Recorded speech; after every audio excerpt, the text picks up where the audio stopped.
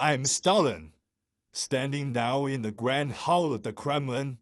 The cold, solemn air seeps into my bones. The high-ceilinged hall, with its imposing chandeliers and gilded ornaments, is a symbol of the power and might of the Soviet Union. As I look around, my eyes fall on the portraits of great leaders on the walls, and I'm reminded of the long-standing tradition and the arduous journey of our nation. I am the leader of the Soviet Union, a man who has steered this vast country through the most turbulent times. The Kremlin, this ancient seat of power, has witnessed the rise and fall of empires, and now it stands as the heart of the socialist state I helped build. My works, the policies and strategies that have shaped the Soviet Union, are like the bricks and mortar of a colossal edifice. The 5-year plans, for instance, were not just economic blueprints. They were the driving force behind the industrialization of our nation, a leap from an agrarian society to an industrial powerhouse. In the early days of the Soviet Union, we faced numerous challenges. The aftermath of the Russian Revolution was a time of chaos and upheaval. The new economic policy was a temporary measure to stabilize the economy, but I knew that, in the long run, we needed a more radical approach. The collectivization of agriculture was a bold step, a way to consolidate the scattered farms into large-scale collective farms. It was a process fraught with difficulties, but it was essential for the self-sufficiency of our nation. The threat of fascism loomed large in the 1930s and 1940s.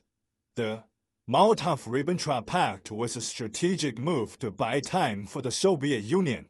It was a controversial decision, but in the face of an imminent war, we needed to protect our interests. When Nazi Germany launched Operation Barbarossa, the Soviet Union was thrust into the Great Patriotic War. The Battle of Stalingrad was a turning point in the war, a battle that not only halted the German advance but also marked the beginning of the end for the Axis powers. It was a battle of attrition, a clash of ideologies, and a test of the Soviet people's resilience.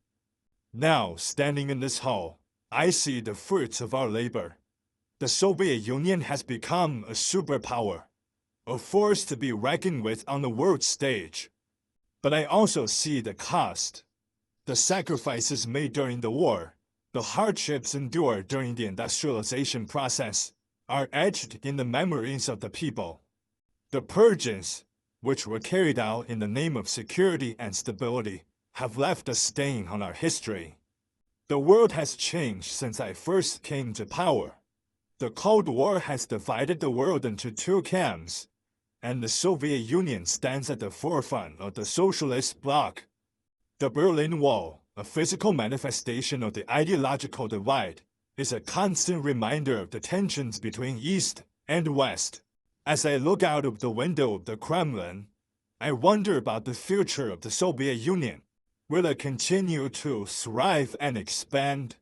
Or will it face new challenges that we cannot yet foresee? The weight of responsibility is heavy on my shoulders.